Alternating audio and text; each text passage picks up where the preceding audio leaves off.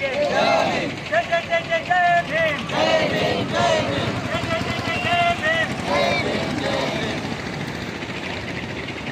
ಮೊದಲನೇದಾಗಿ ಎಲ್ಲರಿಗೂ ಜೈ ಭೀಮ್. ಇವತ್ತೇನು ಜಿಲ್ಲಾಧಿಕಾರಿಗಳ ಕಚೇರಿ ಬೀದರಲ್ಲಿ ಧರಣಿ ಸತ್ಯಾಗ್ರಹ ಕುಂತಿದ್ದಾರೆ ಜೈ ಭೀಮ್ ಗರ್ಜನೆ ಸಮಿತಿಯವರು. ಅವರಿಗೆ ಕರ್ನಾಟಕ ಭೀಮಸೇನೆ ವತಿಯಿಂದ ಬೆಂಬಲ ಸೂಚಿಸ್ತಾ ಇದ್ದೀವಿ.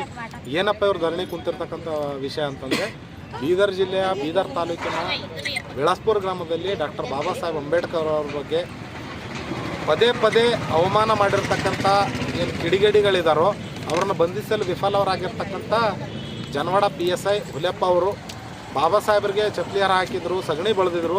ಇಷ್ಟಾದರೂ ಕೂಡ ಯಾವುದೇ ಒಂದು ಕ್ರಮ ಜರುಗಿಸಿಲ್ಲ.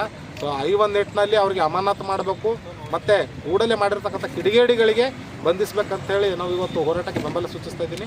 ನನ್ನ ಹೆಸರು ವಿಷ್ಣುವರ್ಧನ್ ವಾಲ್ದೊಡ್ಡಿ, ಕರ್ನಾಟಕ ಭೀಮ್ ಸೇನೆಯ ರಾಜ್ಯ ಕಾರ್ಯದರ್ಶಿ. ಜೈ ಭೀಮ್, ಜೈ ಸಭೆ. ಇಂದು ಜೈ ಭೀಮ್ ಗರ್ಜನೆ ಸಮಿತಿ ಕರ್ನಾಟಕ ವತಿಯಿಂದ ಮಾನ್ಯ ಜಿಲ್ಲಾಧಿಕಾರಿಗಳ ಕಚೇರಿ ಎದುರುಗಡೆ ಹೋರಾಟ ಮತ್ತು ಧರಣಿ ಹಮ್ಮಿಕೊಂಡಿದ್ದೇವೆ. ಇದರ ಕಾರಣ ಏನಂತಂದರೆ, ಏನು ಪದೇ ಪದೇ ಬೀದರ್ ತಾಲೂಕಿನ ವಿಳಾಸ್ಪುರ ಗ್ರಾಮದಲ್ಲಿ ಡಾಕ್ಟರ್ ಬಾಬಾ ಸಾಹೇಬ್ ಅಂಬೇಡ್ಕರ್ ಅವರ ಭಾವಚಿತ್ರಕ್ಕೆ ಸಗಣಿ ಬಡಿತಕ್ಕಂಥದ್ದಾಗಲಿ ಅಥವಾ ಚಪ್ಪಲಿ ಸರಿಯಾಗಿ ಅವಮಾನ ಮಾಡತಕ್ಕಂಥದ್ದಾಗಲಿ ಇಲ್ಲಿ ಒಂದು ಸಲ ಅಲ್ಲ, 2 ಸಲ ಅಲ್ಲ, ಸುಮಾರು 3-4 ಸಲ ಆಗಿದೆ. ಆದರೂ ಕೂಡ ಅಲ್ಲಿ ಪೊಲೀಸ್ ಅಧಿಕಾರಿಗಳು ಬರ್ತಾರೆ, ಆ ಸ್ಥಳದಲ್ಲಿ ಅವತ್ತಿನ ದಿವಸದ ಮಾತ್ರ ಸ್ಥಳದಲ್ಲಿ ಇರ್ತಾರೆ, ಮತ್ತೆ ಹೋಗ್ತಾರೆ. ಅಲ್ಲಿ ಏನಾಗ್ತದೆ ಘಟನಾವಳಿ ವಿಚಾರ ಮಾಡ್ತಾ ಇಲ್ಲ. ಅದಲ್ಲದೆ ಆರೋಪಿಗಳಿಗೆ ಬಂಧಿಸಲು ಕೂಡ ಈ ಜನವಾಡ PSI ಹುಲಿಯಪ್ಪರವರು ವಿಫಲ ಆಗಿದ್ದಾರೆ ಇದರಲ್ಲಿ.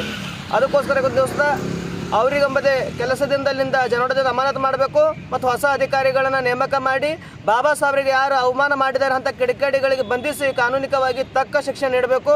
ಅಂಥ ನಾಲಾಯಕರು, ಅಂಥ ಕಿಡಿಗೇಡಿಗಳು ಮತ್ತೆ ಬೀದರ್ ಜಿಲ್ಲೆಯಲ್ಲಿ, ಇಡೀ ರಾಜ್ಯದಲ್ಲಿ ಹುಡ್ಕೊಳ್ಬಾರ್ದು ಅಂತ ಒಂದು ಎಚ್ಚರಿಕೆ ಈ ಸರ್ಕಾರ ಮತ್ತು ಇಲ್ಲಿನ ಜಿಲ್ಲಾ ಉಸ್ತುವಾರಿ ಸಚಿವರಾದಂಥ ಈಶ್ವರ್ ಖಂಡ್ರೆ ಅವರು ಕೂಡ ಇಷ್ಟೆಲ್ಲ ಆದರೂ ಕೂಡ ತನ್ನ ತವರಲ್ಲಿ, ತನ್ನ ಜಿಲ್ಲೆಯಲ್ಲಿ ಆದರೂ ಕೂಡ ಅದ್ರ ಬಗ್ಗೆ ಒಂದು ದಿವಸ ಕೂಡ ಗಮನ ಹರಿಸಿಲ್ಲ. ಅವ್ರಿಗೆ ಕೂಡ ಹೇಳೋದಿಷ್ಟೇ, ಇಂಥ ಅಧಿಕಾರಿಗಳನ್ನು ಇಲ್ಲಿಂದ ಕೆಲಸದ ಅಮಾನತು ಮಾಡಬೇಕು. ಮತ್ತು ಏನಂತಂದರೆ, ಪದೇ ಪದೇ ದಲಿತರ ಮೇಲೆ ಬಾಬಾ ಸಾಹೇಬ್ರ ಮೇಲೆ ಆಗತಕ್ಕಂಥ ಅವಮಾನವನ್ನು ತಡೆಗಟ್ಟಬೇಕು.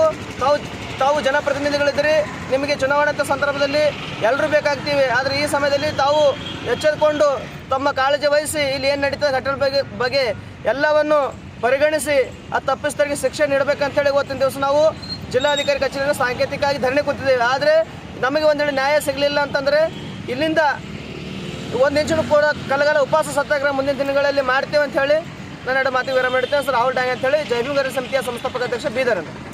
ಬಾಬಾ ಸಾಹೇಬ್ರಿಗೆ ಪದೇ 3 ಸಲ 4 ಸಲ ಆಯಿತು, ಸಗಣಿ ಬಡಿಯೋದಾಯ್ತು, ಚಪ್ಪಲಿ ಹಾರ ಹಾಕೋದಾಯ್ತು, ಪದೇ ಆಗ್ಲತ್ತದ. ಈಗ 1 ಸಲ ಆಯಿತು, ಒಂದು ಇಬ್ಬರಿಗೆ ಹಿಡಿದ್ರೆ ಮತ್ತೆ 2 ಸಲ ಆಯಿತು, ಯಾರಿಗೆ ಹಿಡಿದಿಲ್ಲ. ಮತ್ತು ಅವ್ರು PSI ಅವರು ಏನು ಮಾಡ್ತಾರೆ ಕೆಲಸ.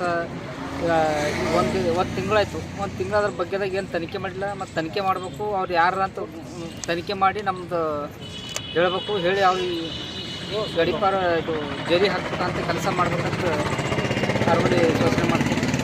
ಜೈ ಕಬೀರ್ ದಾಸ್.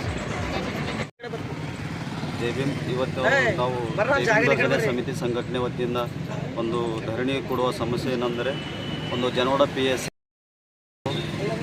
ಬಹಳಷ್ಟು ದಿನದಿಂದ ಒಂದು ವಿಳಾಸ್ಪುರ ಗ್ರಾಮದಲ್ಲಿ ಒಂದು ಬಾಬಾ ಸಾಹೇಬ್ ಅವರಿಗೆ ಒಂದು ಅವಮಾನ ಮಾಡಿರುತ್ತಾರೆ. ಅವ್ರಿಗೆ ಇಲ್ಲಿವರೆಗಾದರೂ ಯಾವುದೇ ರೀತಿಯ ಒಂದು ಕ್ರಮ ತಗೊಂಡಿಲ್ಲ. ಕೇಳ್ತಿದ್ರೆ ಮಾತಿನ ಮೇಲೆ ಮತ್ತೆ ಮುಂದೆ ನೋಡೋಣ, ಆಮೇಲೆ ನೋಡೋಣ, ಅದು ನೋಡೋಣ, ನಾನು ಆ ಕೇಸ್ನಲ್ಲಿದ್ದೀನಿ, ಈ ಕೇಸ್ನಲ್ಲಿದ್ದೀನಿ ಅಂತೇಳಿ ಮುಂದಿನ ಹಂತದಲ್ಲಿ ಅವನು ಪದೇ ಮುಂದಕ್ಕೆ ಹಾಕ್ತಾಯಿದ್ದಾರೆ. ಯಾವುದೇ ರೀತಿಯಾಗಿ ಅವರಿಗೆ ಆರೋಪಿಗಳಿಗೆ ಬಂಧಿಸಿಲ್ಲ. ದಿವಸಿನ ದಿವಸ ಆದರೂ ಅವರು ಮುಂದಿನ ದಿವಸದಲ್ಲಿ ಇನ್ನೂ ಆರೋಪಿಗಳನ್ನು ಹಿಡಿದಿಲ್ಲ ಅಂದರೆ ನಾವು ಇನ್ನೂ ಅನೇಕ ನಾನಾ ರೀತಿಯಿಂದ ಹೋರಾಟಗಳು ಮಾಡುವಂಥ ಸಮಸ್ಯೆಗಳು ಬರುತ್ತೆ. ಈ ಹೋರಾಟ ಇಲ್ಲಿಯೇ ನಿಂದಿರುವುದಿಲ್ಲ. ಮುಂದಿನ ದಿವಸದಲ್ಲಿ ಅವರು ಆರೋಪಿಗಳನ್ನು ಬಂಧಿಸದಿದ್ದಲ್ಲಿ ಒಂದು ಉಪವಾಸ ಸತ್ಯಾಗ್ರಹ ಮಾಡುತ್ತೇವೆ ಅಂತೇಳಿ ಹೇಳಕ್ಕೆ ಇಷ್ಟಪಡ್ತೀನಿ.